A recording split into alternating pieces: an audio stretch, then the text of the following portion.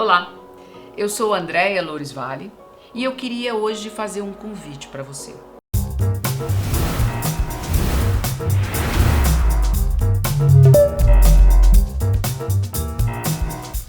O que você acha de pular de paraquedas? Topa? Fazer aquela formação no ar, aquela queda livre e depois abrir o paraquedas quando estiver quase chegando lá no chão?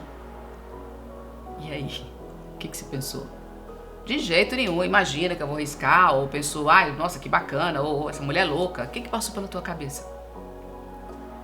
Percebe que quando algo assim passa pela cabeça, na verdade não é a cabeça, na verdade é uma emoção que chegou aí, ou de medo, ou de desespero.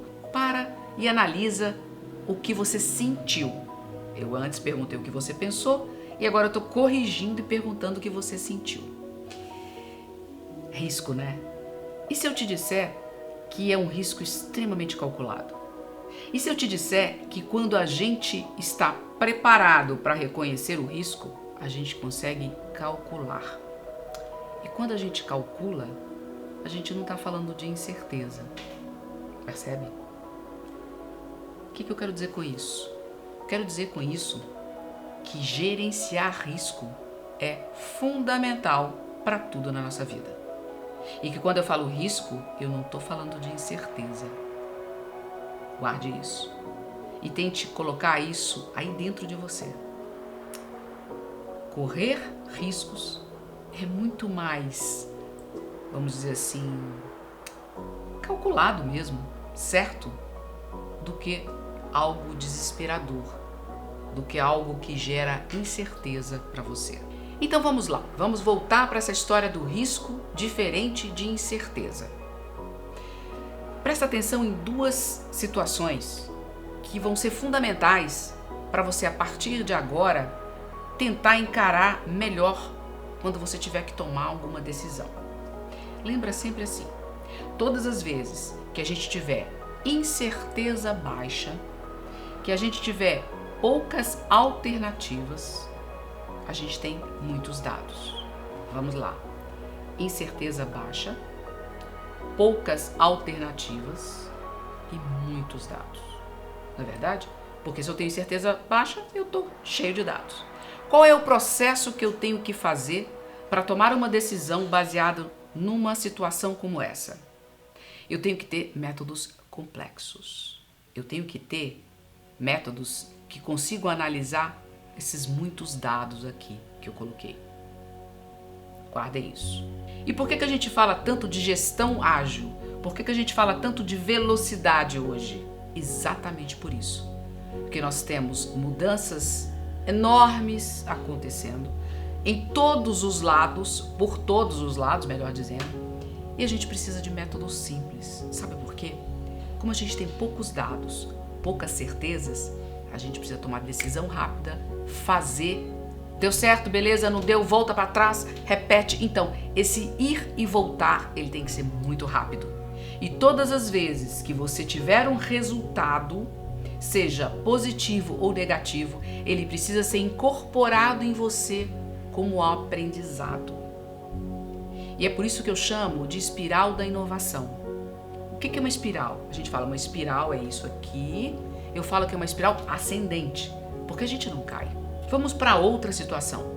Quando eu tenho incerteza elevada, muitas alternativas, porque aí quanto mais incerteza, mais caminhos eu vou ter, enfim, muitas alternativas, mas eu vou ter poucos dados. Então, incerteza elevada, muitas alternativas, porém poucos dados. O que eu tenho que fazer com isso? Eu tenho que ter métodos simples, porque eu preciso ser rápido. E é por isso que a gente fala tanto de gestão rápida. Você já deve ter ouvido falar sobre isso. E se não, eu sugiro dar um Google nisso. Procura sobre o que é isso. Você vai ver que essa teoria veio muito ligada à startup. Mas esquece essa história de startup. Pensa que a tua vida é uma startup, porque você está sempre mudando. Você está sempre tendo que tomar decisões, sempre em momento de transição. Na verdade, a gente está em momento de transição a nossa vida inteira. A gente está em momento de transição quando a gente sai de uma situação solteira para uma situação que você vai viver com alguém ou que você vai casar.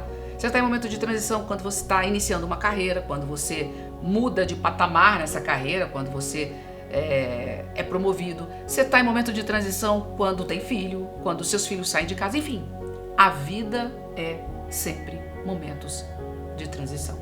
A vida sempre nos deixa em transição. Guarde isso. Por isso que o caos tem que ser reconhecido como algo bom. Mas voltando à história da incerteza elevada, muitas alternativas e poucas informações e métodos simples. Veja bem, todas as vezes que a gente precisa de tomar decisões rápidas, como essa situação, a gente tem que entender o seguinte: eu tenho que decidir rapidamente e ao mesmo tempo retroceder rapidamente caso não tenha um resultado adequado. E é por isso que eu chamo de espiral da inovação. O que é essa espiral da inovação? Eu vou colocar aqui no vídeo porque fica mais fácil para você entender. É uma espiral ascendente onde você foca em alguma situação que você queira, em algum resultado, em algum objetivo. Você, com certeza, vai errar durante este processo, né? Você vai errar, você vai corrigir esse erro, se acertar, você vai ter aprendizado e de repente, você vai lá para cima da espiral em um outro patamar. Por quê? Porque você aprendeu alguma coisa e com certeza aquele erro não vai ser o mesmo. Então, guarde essa espiral, olhe bem atentamente para ela e perceba o quanto você ganha força quando você chega lá embaixo e começa a fazer a virada. Essa energia desta virada, essa energia dessa ascensão, você precisa incorporar em você para que você siga adiante e tome novas decisões e faça esse processo o tempo todo. Bom, o que você ganha com isso? Em primeiro lugar, entender que métodos simples nesse momento de agora são os melhores. Velocidade é fundamental. Foco, então, nem se fala. E aquela história da gente viver com multitarefas, esqueça. Já está provado que o nosso cérebro tem mais velocidade, persiste mais, tem melhor resultado quando a gente foca. E já dizia o ditado, né? Naquilo que você foca é onde você tem maior crescimento.